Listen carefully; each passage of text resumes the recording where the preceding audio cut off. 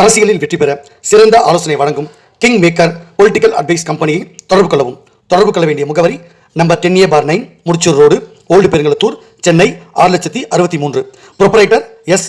Joshua Solomon. தொலைபேசி எண் 9677006526.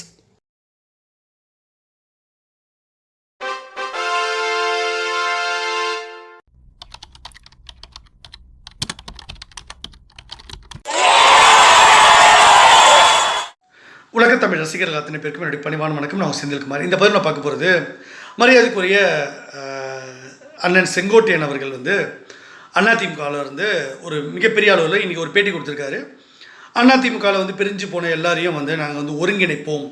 இதற்கு ஒரு 10 நாள் எடப்பாடி அவர்களுக்கு கெடு கொடுத்துருக்காரு சொல்லியிருக்காரு. இந்த கெடு கொடுக்கறதுனால இப்போ என்ன ஆகிட போகுது, இப்போது எடப்பாடி அவர்களை இவங்க அசைச்சு பார்க்கணும், இல்லைனா எடப்பாடி அவர்கள் இவங்க எல்லாரையும் ஒன்றா சேர்த்துக்கணும் அப்படின்னு நினைக்கிறாங்க. அப்படி இல்லைனா அந்த கட்சியை மறுபடியும் உடைக்கணும் அப்படின்னு ஒரு முடிவு பண்ணியிருக்காரு. இது செங்கோட்டையன் அவர்களுடைய மூளையில் உதித்த ஒரு ஐடியா கிடையாது. இதுக்கு பின்னாடி இருக்கிறது மரியாதைக்குரிய நான் பெரிதும் மதிக்கத்தக்க துக்ளக் ஆசிரியர் குருமூர்த்தி அண்ணா. அவர் தான் இதுக்கு பின்னாடி மூளையாக செயல்படுறாரு. ஆனால் குருமூர்த்தி அண்ணாக்கு அவர் அவர் மேலே ரொம்ப மரியாதை உண்டு. ஆனால் அவர் ரொம்ப சீப்பாக நடந்துக்கிறாரு. அதாவது மரியாதைக்குரிய சோ அவர்களைப் போல துக்ளக் குருமூர்த்தி அண்ணாக்கு ஒரு பெருந்தன்மை இல்லை. அவர் ஒரு பெருந்தன்மையான ஒரு நபராக நடந்துக்க மாட்டுறாரு.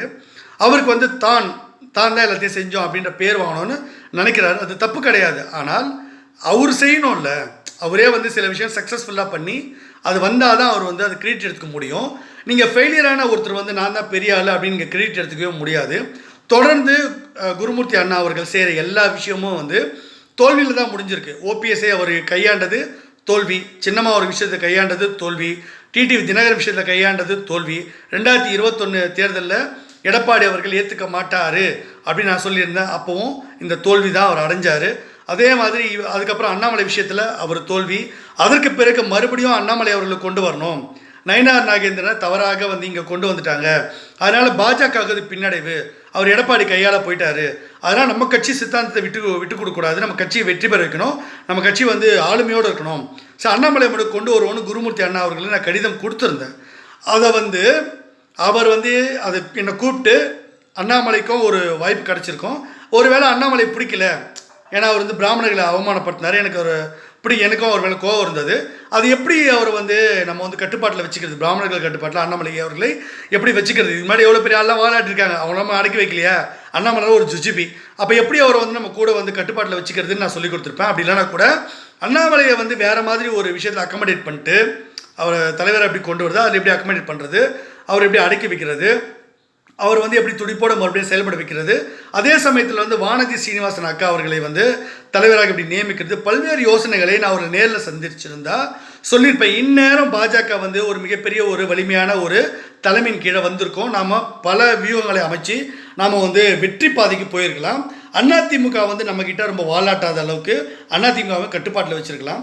ஆனால் இப்போ நீங்கள் செய்கிறதுன்றது ஒரு இணக்கமான ஒரு கூட்டணி வராமல் எடப்பாடி அவர்கள் மனசில் என்ன இருக்குது, எடப்பாடியோட பவர் என்ன, எடப்பாடி என்ன செய்கிறாரு, அது எதுவும் தெரியாமல் நீங்கள் அண்ணாமலையும் நீங்கள் கொண்டு வரல. காரணம் என்ன, நீங்கள் ஒரு லாபி பண்ணுறீங்க. மரியாதைக்குரிய குருமூர்த்தி அண்ணா அவர்கள் அவர் தன்னை கிங் மேக்கர்னு சொல்லிக்கிட்டு அவருக்கான சில ஆட்களை வச்சுக்கிட்டு நிறைய ஊடகங்களில் பத்திரிகைகளில் அவர் ஒரு லாபி பண்ணுறாரு. அந்த லாபிக்குள்ளே செந்தில்குமார் ஏதோ ஐடியா சொல்லி நாளைக்கு செந்தில்குமார் தான் பெரிய ஆள், இவர் தான் மோடிக்கிட்ட நேரடியாக கான்டாக்ட்லேருந்து எல்லா கடிதம் கொடுத்து எல்லா வியூத்தை அமைச்சு கொடுக்குறாரு. அந்த அமைச்சு கொடுக்குற வியூத்தை தான் இங்கே இருக்க ரவீந்திரன் துரைசாமி இன்னும் பல நபர்கள் குருமூர்த்தி அண்ணா உட்பட இதை நம்ம செய்ய வேண்டியதாக இருக்குது. இப்போ என்ன திடீர்னு செந்தில்குமார் இவ்வளோ பெரிய ஆளாயிட்டார், அவர் பிறப்பால் ஒரு பிராமணர் இல்லை, அவர் வர்ண ரீதியான பிராமணன் தான். அப்படி இருக்கும்போது இப்படி ஒரு ஆளும் வளரவே விட்டுறக்கூடாது அப்படின்ற கோபத்தில் ஒரு ஆதங்கத்தில் அவர் என்னை பேரே வெளியே வந்துடக்கூடாது, நான் வளர்ந்துடக்கூடாதுன்றக்காக காழ்ப்புணர்ச்சியில் பாஜக தோற்று போனாலும் பரவாயில்ல, நாசமாக போனாலும் பரவாயில்ல, இங்கே என்ன ஒன்றாலும் நடக்கட்டும், ஆனால் நம்ம பெரிய ஆள்னு காட்டிக்கணும், அந்த ஒரே ஒரு நோக்கம்தான் குருமூர்த்தி அண்ணாக்கு. அதனால் மறுபடியும் என்ன பண்ணுறாரு, அதிமுகவை உடைக்கிற அந்த சதியை மரியாதைக்குரிய செங்கோட்டையன் அவர்கள் மூலமாக இதை செஞ்சுருக்காரு.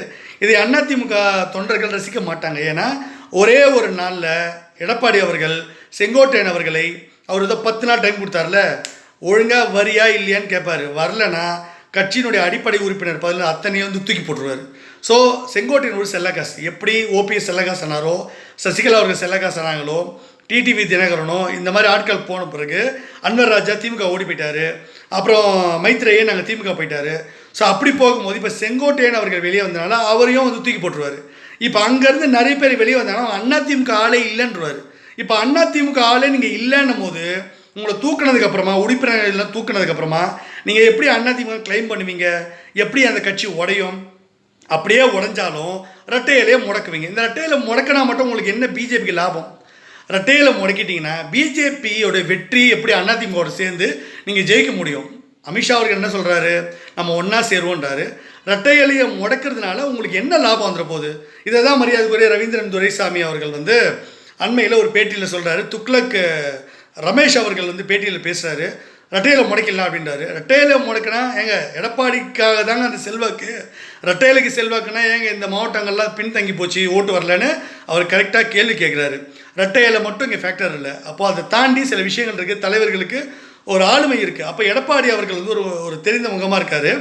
ஒருவேளை அந்த இடத்துல மாற்று தலைவர் கொண்டு வரணும் கூட நீங்கள் போகிற வழி வந்து தவறு. ஸோ இந்த விதத்தில் எடப்பாடி அவர்களை நான் விமர்சிக்கிறேன். எடப்பாடி அவர்கள் நான் எதிரியாக பார்க்கல. எடப்பாடி அவர்கள் சில குறைகள் இருக்கலாம், ஆனால் அவர் வந்து ஒரு புத்திசாலி, அவர் வந்து ஒரு ராஜதந்திரி. அவருக்கு வந்து அந்த தலைமை பண்புக்கு அவர் தான் கரெக்டாக அந்த கட்சியை வழிநடத்த. ஸோ மற்றவங்களுக்குலாம் அந்த தலைமை பண்பே கிடையாது. சசிகலா அவர்களுக்கு சுத்தமாக கிடையாது. அதனால தான் ஜெயலலிதா அம்மா அவர்கள் வந்து அவங்க வந்து ஊழல் வழக்கில் சிறை போகும்பொழுது யாரை வந்து முதலமைச்சராக உட்கார வைக்கணும்னு அவங்களுக்கு தெரிஞ்சிருக்கு. ஒரு விசுவாசியாக, ஒரு நல்லவனாக, ஒரு அப்பாவியாக, எதுவும் தெரியாத ஒரு ஓபிஎஸ் அவர்களை உட்கார வச்சார்.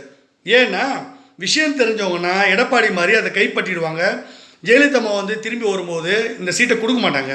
அப்போ யார்கிட்ட கொடுக்கணும்னு புத்தி சாதுரியம், அறிவு, அவங்களுக்கு ஞானம் இருந்தது. ஆனால் சசிகலா அவர்கள் அந்த ஞானம் இல்லாததுனால அங்கேயே அவங்க ஒரு தலைவர் கிடையாது, தோத்துட்டாங்க. தலைமை பண்பு சசிகலா கிடையாது. இனிமேல் சசிகலா அவர்களுக்கு அரசியல் ரீஎன்ட்ரி கிடையாது. நான் சொல்கிறேன், சசிகலா அவர்களுடைய அரசியல் வாழ்க்கை முடிஞ்சிருச்சு. அரசியல் அனாதையாக சசிகலா போகிறாங்க. அவங்க செத்தாலும் அதிமுக கொடி கூட போத்துட்டு அவங்க ஆளுங்கன்னா போத்திக்கலாம். ஆனால் அதிமுகவோட மரியாதை கிடைக்காது. அவங்களுக்கு அந்த வானத்தை நோக்கி சுடுவாங்கள்ல துப்பாக்கியில், அந்த அரசு மரியாதைலாம் இவங்களுக்கு கிடைக்காது. அவங்கள அதிமுக ஆளுன்னு கூட சொல்லிக்க முடியாது. அவங்க ஒரு ஆள், அவ்வளோதான், அதோட முடிஞ்சு போச்சு. இவங்களுக்கு வந்து ரீஎன்ட்ரியே கிடையாது. டிடிவி தினகரன் ஒரு தனியாக ஒரு கட்சி ஆரம்பிச்சிட்டார். அவர் வந்து கிளைம் பண்ணவே முடியாது. மிச்சம் இருக்கிறது ஓபிஎஸ் அவர்கள் தான். ஓபிஎஸ் அவர்கள் செல்லக்காசு ஆகிட்டார், எந்த வழக்கிலையும் தோற்று போயிட்டார். இப்போ ஓபிஎஸ் அவர்கள் என்ன கிளைம் பண்ணுறாருன்னா, தான் ஒருங்கிணைப்பாளர், இணை ஒருங்கிணைப்பாளர் வந்து எடப்பாடி, நாங்கள் 2 பேரும் ஒன்றா சேர்த்துக்கிறோன்றாரு. ஒருவேளை எடப்பாடி அவர்கள் வேறு மாதிரி கேம் ஆடினார்னா இவங்க எல்லாரையும் வெளியே துரத்திடுவார். ஓபிஎஸ்லாம் உள்ளே சேர்த்துக்க வேண்டிய அவசியம் அவர் கிடையாது. அவருக்கு விருப்பமே கிடையாது. இவங்களாம் ஒரு ஆளே கிடையாது. அப்போது எடப்பாடி அவர்களோட ஆளுமைக்கு முன்னாடி இந்த நபர்கள் யாருமே, இப்போ செங்கோட்டையன் உட்பட சொல்கிறேன், இவங்களுக்கெல்லாம் தகுதியும் கிடையாது, திறமையும் கிடையாது, புத்திசாலமும் கிடையாது. அதனால் இவங்கெல்லாம் வேஸ்ட்டு. எடப்பாடி அவர்கள் வந்து அண்மையில் அவருடைய ஆட்கள் சில பேர் வந்து என்கிட்ட பேசுனாங்க. பேசும்போது நான் சொல்லியிருந்தேன், நான் உங்களுக்காக வந்து யூடியூப்லலாம் பேச முடியாது, நான் வந்து ஆலோசனை கொடுப்பேன், அதுவும் பிஜேபியோட நன்மைக்காக கொடுப்பேன். நீங்கள் என்னை வந்து சந்திச்சிங்கன்னா கண்டிப்பாக நான் உங்களுக்கு வந்து ஆலோசனை கொடுக்குறேன் அப்படின்னு நான் சொல்லியிருந்தேன். அப்போது அந்த நேரம் இப்போ நெருங்கிடுச்சு. இப்போது இன்னும் கொஞ்சம் பிரச்சனை போச்சுன்னா எடப்பாடி அவர்கள் வந்து அதிமுகவில் இன்னும் நிறைய நெருக்கடி வரும். இது அவருக்கு பாதிப்பு கிடையாது. அவர் வந்து கட்சியில் பொதுச்செயலாளர் இருப்பார். அந்த கட்சி வந்து 2ஆக உடைஞ்சாலும் யார் எப்படி இருப்பாங்கன்றது இவங்களுக்கு ஆதரவாக, அந்த ஆதரவு பிரியும், ரெட்டையில் முடக்கப்படும், அவ்வளோதான் விஷயம். ஆனால் எடப்பாடிக்கு வந்து அதில் நஷ்டமே கிடையாது. அவர் வந்து கட்சி கைப்பற்றி அவர் ஒரு உரிமையை கொண்டாடுறாரு. அதுக்கு தான் நான் பல பேட்டிகளை சொல்லியிருப்பேன்.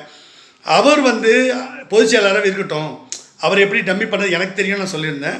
ஒருவேளை எடப்பாடி அவர்கள் நான் சொல்கிறத கேட்டால், பிஜேபியோடைய ஒரு சித்தாந்தம் ஜெயிக்கிறதுக்காக நான் சொல்கிற ஒரு விஷயத்தை அவர் கேட்டார்னா பிஜேபிக்கும் நன்மை, அவருக்கும் மிகப்பெரிய நன்மை.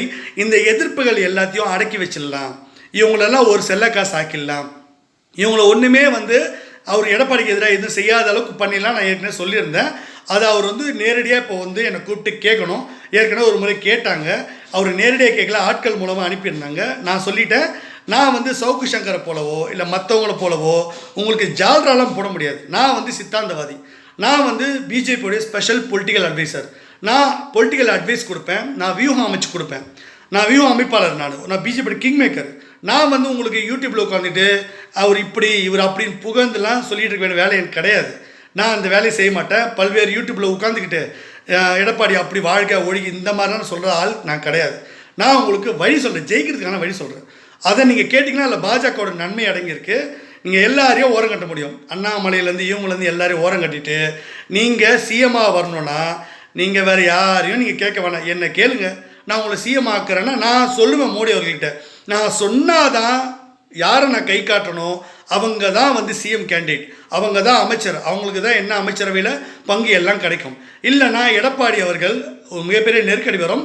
ஆனாலும் அதில் பிஜேபிக்கு லாபம் இருக்காது. இப்போ குருமூர்த்தி அவர்கள் செய்கிறது இந்த கட்சியை 2ஆம் ஆண்டு உடைச்சோ அந்த ரெட்டை லட்சத்தை முடக்கியோ இதனால் பிஜேபிக்கு எந்த லாபமும் கிடையாது. அது ஒரு வேஸ்ட்டு தான் அது. அதனால் ஓட்டுக்கள் பிரியும். அதிமுக தொண்டர்கள் பிஜேபி எதிரியாக பார்ப்பாங்க. அதனால் வந்து உங்களுக்கு லாபமே கிடையாது. பிஜேபி தமிழ்நாட்டில் தனிமைப்படுத்தப்படும். இந்த மாதிரி தொடர்ந்து இந்த மாதிரி வேலையை செஞ்சிங்கன்னா. அப்போ அப்படி செய்யாமல் வேற ஒரு விஷயத்தை கையாண்டால் அது பிஜேபிக்கு லாபம். அது வந்து எடப்பாடி அவர்கள் தலைமைக்கும் அது லாபம். அவரை வந்து நீங்கள் சிஎம் ஆக்கணும்னா ஆக்கலாம், பிரச்சனை இல்லை. ஆனால் நான் சொல்கிறத கேட்டால் தான் எடப்பாடி அவர்கள் சிஎம் ஆவீங்க, பாஜகவுக்கு நன்மை. குருமூர்த்தி அவர்கள் பேச்சை மறுபடியும் அமித்ஷா அவர்கள் கேட்டாலோ மோடி அவர்கள் வந்து கேட்டாலோ பாஜக தரப்புலேருந்து முக்கியமானவங்களாம் குருமூர்த்தி அண்ணன் பேச்சு கேட்டிங்கன்னா நாசமாக போவீங்க.